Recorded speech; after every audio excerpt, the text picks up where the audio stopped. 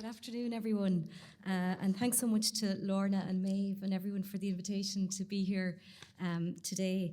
I suppose I'm here under an old hat. I was one of the founders of the Oral History Network of Ireland and continue to be a director of the network.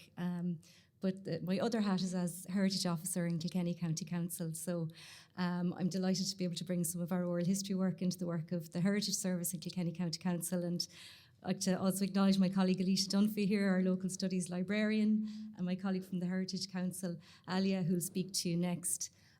It's such a privilege and intimidating also to follow Paula because Clare Memories I've long held up as the exemplar for community oral history. They've done such phenomenal work.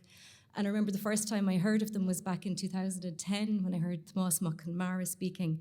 And you knew where their heart was when he said, lads, every time I pick up a copy of the Clare Champion and I read the death notices, I feel guilty because those are the people we didn't get. So you know the type of people you're dealing with.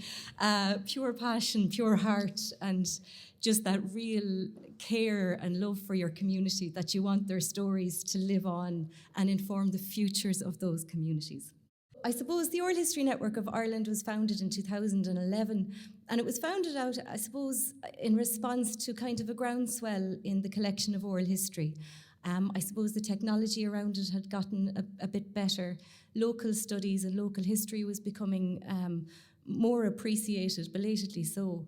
And there was a lot of people doing oral history in different ways, and we thought it would be beneficial to create a network where people could come together, share ideas, not feel they had to reinvent the wheel every time, create some structures and standards so that the oral history that was collected in a way that could be archived long into the future and a way that did honour and respect the people that were being interviewed.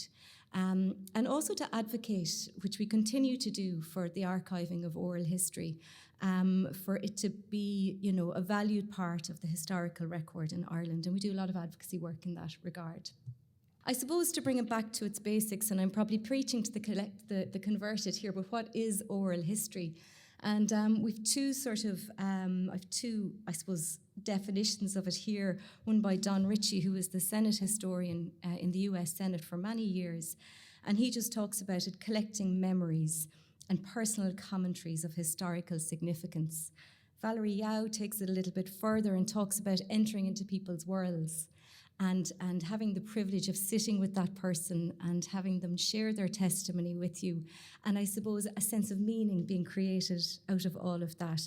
But our roles as oral historians really being to facilitate the telling of a story that's important to that person and important to that community. And I think you just sort of had to, I suppose, watch that video that Lorna showed earlier, with the Bear Island project and also, of course, Clare Memories and other projects across the country to, that speaks for itself in terms of the value and possibilities of oral history. But I suppose a lot of the oral history movement really grew out of trying to reach those people who were hidden from history. So, for example, in the United States in the early part of the 20th century, the oral history that was collected then was all great white men and all the great things that they did. And then the second wave of oral history comes in the 1960s, coinciding with the civil rights movement and recording people hidden from history, which I think is so valuable and redefined why we collect or how we collect. So we had, for the first time in archives, black voices, women's voices, gay voices, all of those voices. And I think oral history continues to have a role there. And in England, it developed out of the labour history movement, workers' voices. In Ireland, it grew out of, I suppose, really the National Folklore Collection and the Irish Folklore Commission, rural voices, local voices, community voices, and the passing down of oral tradition. But as you will know, it can bring history to life. It complicates sort of overarching narratives, national narratives, and brings them down to a grassroots level. And it's such a privilege for those of you who are doing it. I'm sure you'll know this. You get to create a primary source, by recording it.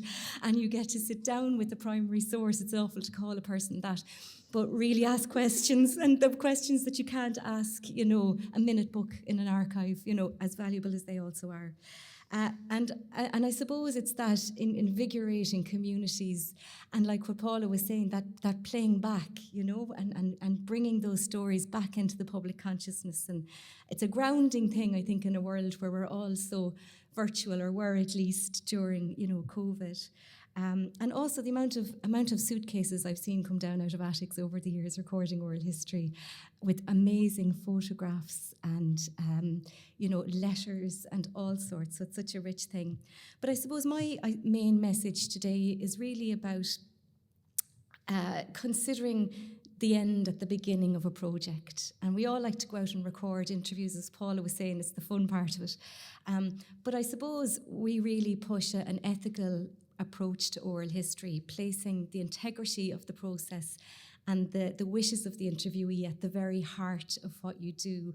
And so knowing where the interview is going to end up before you even approach somebody to interview them can be so important in terms of that trust-building piece, that relationship which is at the heart of it.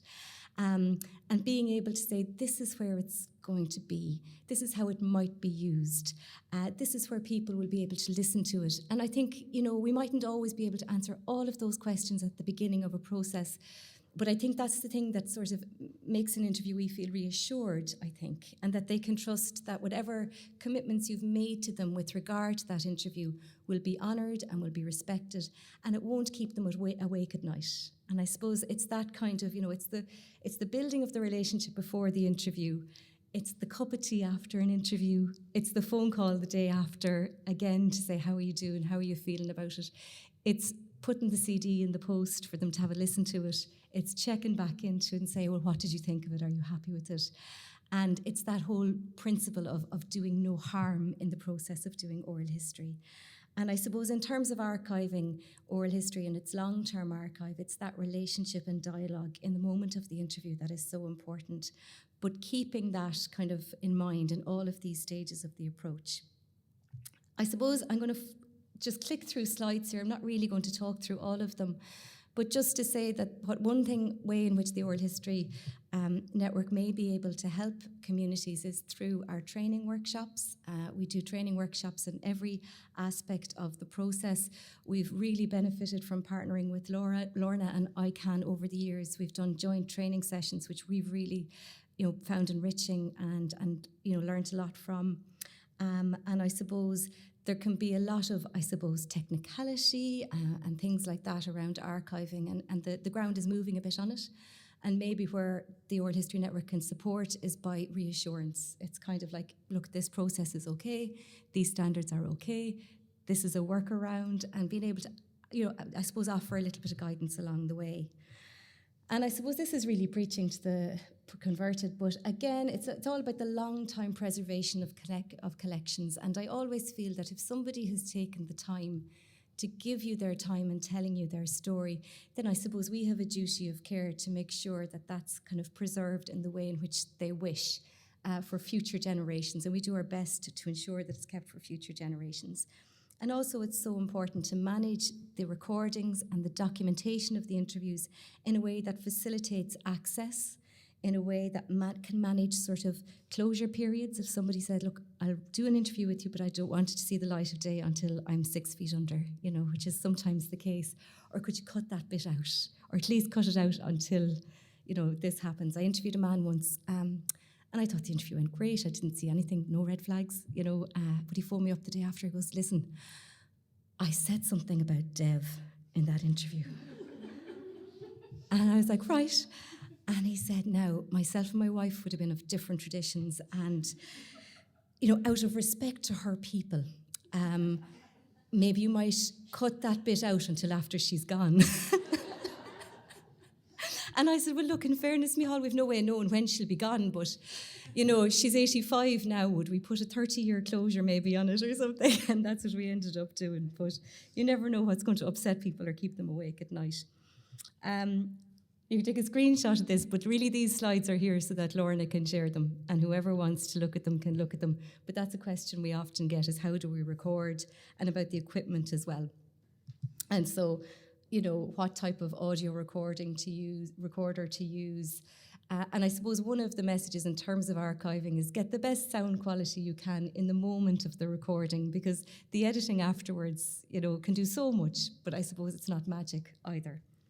And like I said, you want to future-proof your interviews as well, and we need to protect our interviewees' rights, our rights, protect the ability of the repositories to preserve collections, and the ability of future researchers to access collections as well.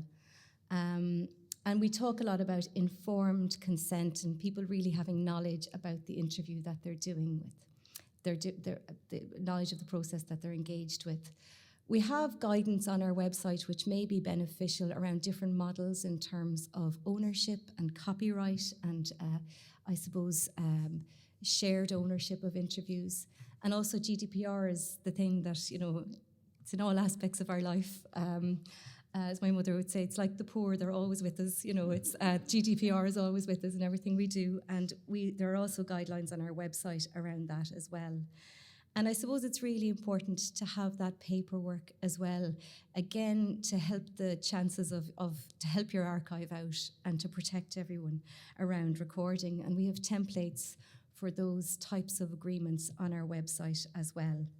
Metadata is a word I'd never heard of until I started working in oral history about 15 years ago. And I suppose we like to document the process as well, so that it helps to make the interview accessible and searchable and reachable by people. And obviously, of course, I suppose like Paula was saying, you're sometimes going, gosh, that file name now makes sense to me, but to somebody else in the future, it may make no sense. So just thinking about those sorts of basic things like how you organize your files, how you name your files, your file types, making sensitive information, keeping it, I suppose, in a way that protects you. So I think one of the things that I worked in the GAA Oral History Project for 4 years, and one of the things we did always was a sensitivity check after our interviews to see if any of these issues sort of came up. And if they did, is this information, I suppose, reflected in the metadata? And what can we do about it? And again, this is a dialogue with your interviewee and a dialogue with your archive. And I think some of the archivists might like this. So there will be discussion today, and this is the benefit of the DRI and the benefit of ICANN, all of these supports that have become available in the last 10 years for archiving your oral history collections, along with the traditional, I suppose, 4 walls in an archive. But I suppose there are some tips here, and again, the slides will be circulated, I hope, to consider when, I suppose, trying to advocate for your collection to go into an archive. So that's really all I have to say. I'm really looking forward to having the chats with everybody later. The Oral History Network is, like I say, we provide training, networking events 4 times a year, an annual conference and a Christmas lecture with some buns. Thanks so much for the time and the opportunity, and I look forward to the rest of the day.